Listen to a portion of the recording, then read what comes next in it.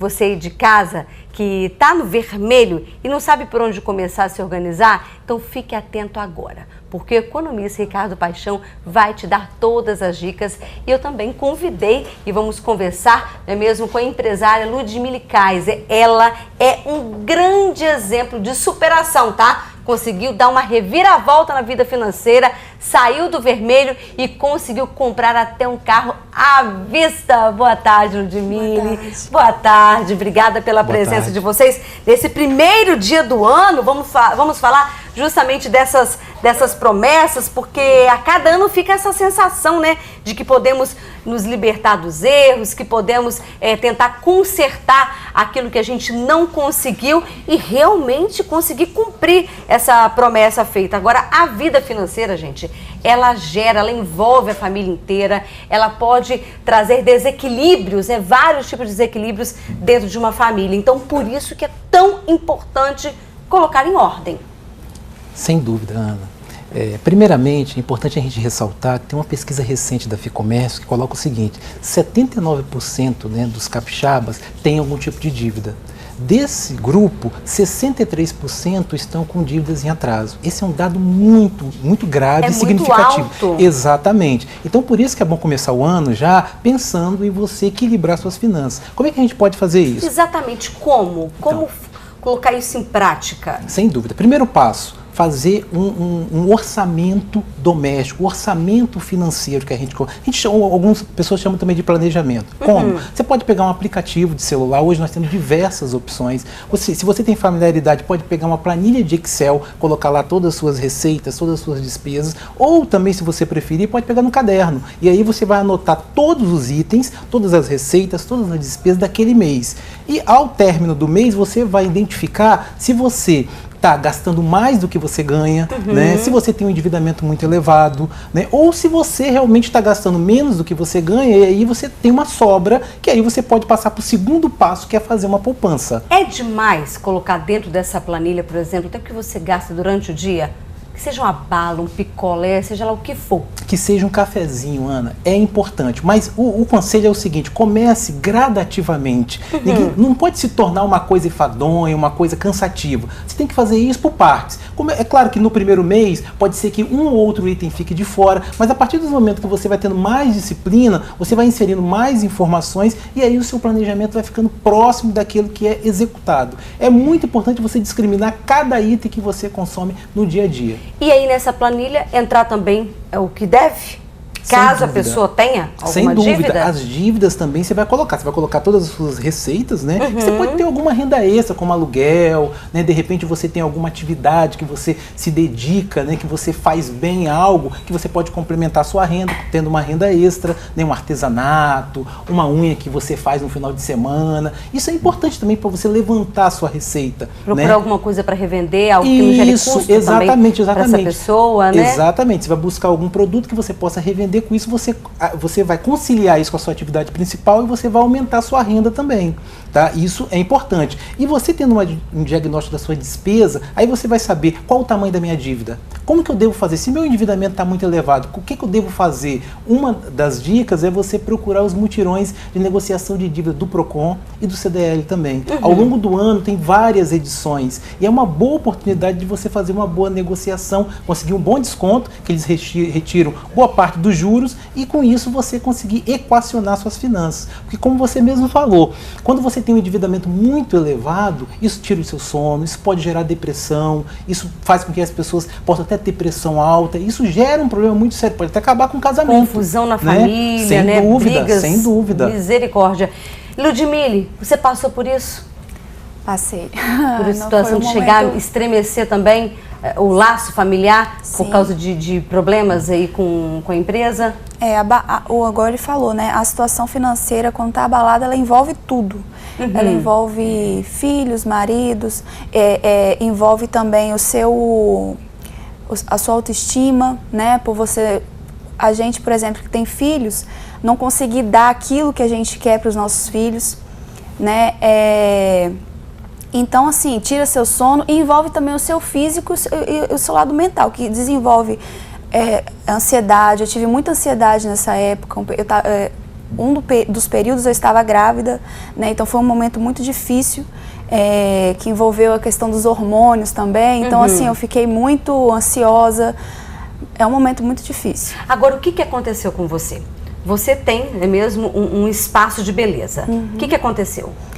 Eu e meu esposo, nós pegamos esse espaço no começo de 2013, né? Já pegamos a estrutura toda montada, com profissionais, né, já qualificados, uma cartela de cliente, mas eu e ele, nós não tínhamos experiência em administração. E aí que começou o problema? Aí que começou o problema, porque a gente gastava sem planejamento nenhum, nós não tínhamos planejamento, nós não sabíamos qual era a nossa renda, o que a gente estava gastando, e aí foi o grande mal que aconteceu, né? Que nós sofremos uma crise interna, também teve a crise em 2015, 2014, 2015, aquela crise intensa no Brasil, mas o problema pior mesmo foi a falta de organização e administração minha e dele. E o que vocês fizeram? Qual foi, assim, a luz de vocês? Como que vocês conseguiram fazer com que a empresa deixasse de ter esse saldo devedor, que vocês partissem para um outro caminho?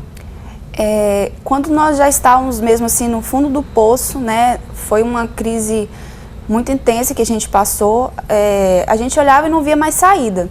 Foi aí que a gente teve que reagir.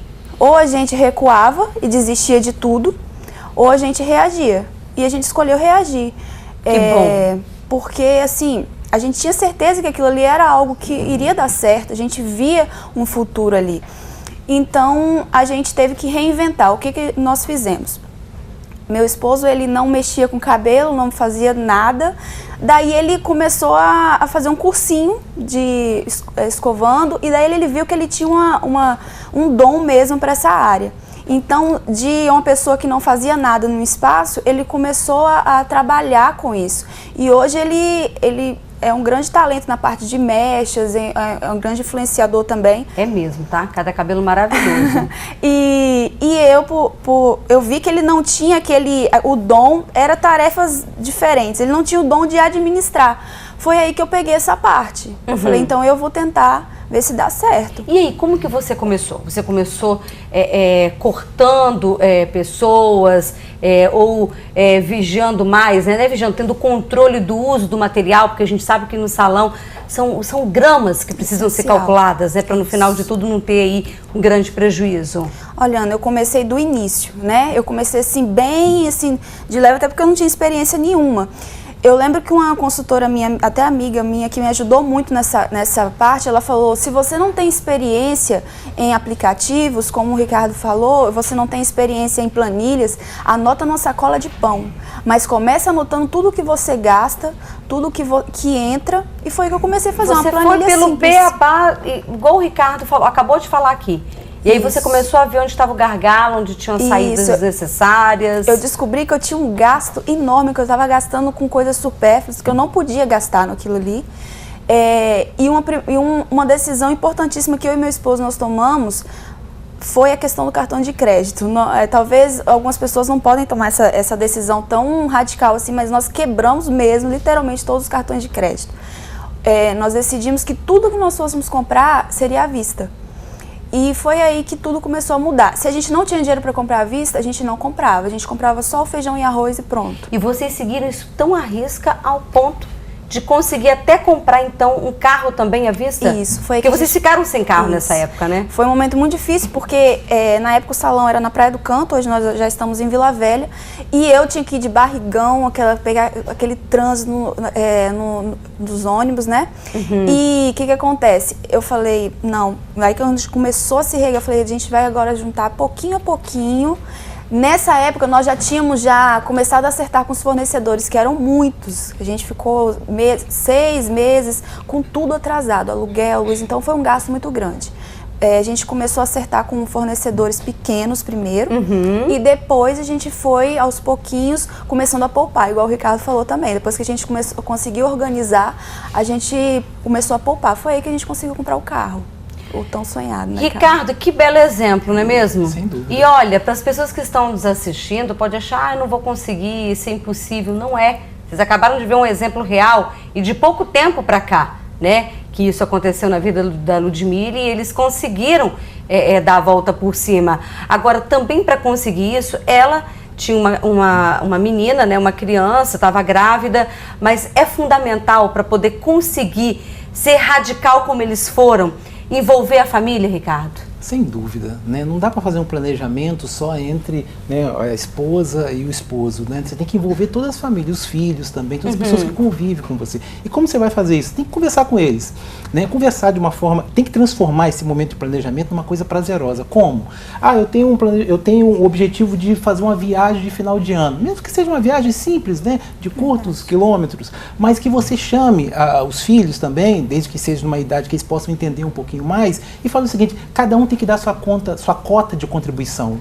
E aí, de repente, aquele banho mais demorado no chuveiro, né? Aquele gasto excessivo de água, se cada um for eliminando esses desperdícios, isso vai fazer com que a conta de luz, que a conta de água diminua, dando uma folga no orçamento. Uma outra coisa que ela falou que foi muito importante é o cartão de crédito. O cartão de crédito tem um custo muito elevado, os juros do cartão de crédito. Isso é como eliminar o melhor passo, né? Isso, eliminar ou ter um limite bem reduzido, porque o comércio exerce uma sedução muito grande para que a gente possa consumir, mesmo que a gente não esteja precisando. Exatamente. Ricardo, para a gente finalizar, existem cursos de graça que a pessoa possa procurar para poder ajudar na vida financeira? Sem dúvida, tem o Senac, né, que oferece aí curso de finanças pessoais, você faz um cadastro e aí você pode estar fazendo esses cursos aí. E eu também indico também que as pessoas façam uma busca, principalmente nas instituições bancárias, sobre o item educação financeira, que eles têm cartilhas que dão passo a passo de como a pessoa pode fazer. E olha, tem muitas igrejas que dão um curso chamado CRAU, tá? Que também é de graça, então isso também ajuda